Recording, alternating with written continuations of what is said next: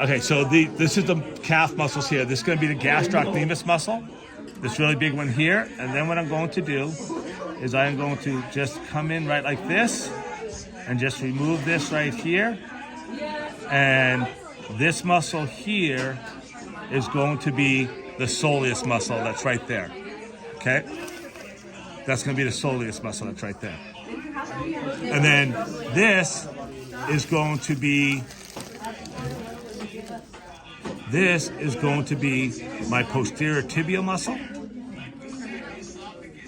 which is going to be right there. And then this is the anterior tibial muscle right there.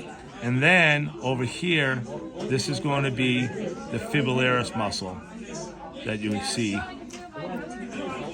right here. That's the fibularis.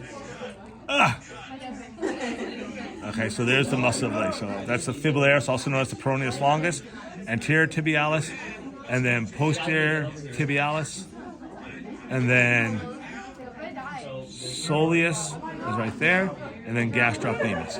And there's the muscles of the leg. Stop recording? Yep.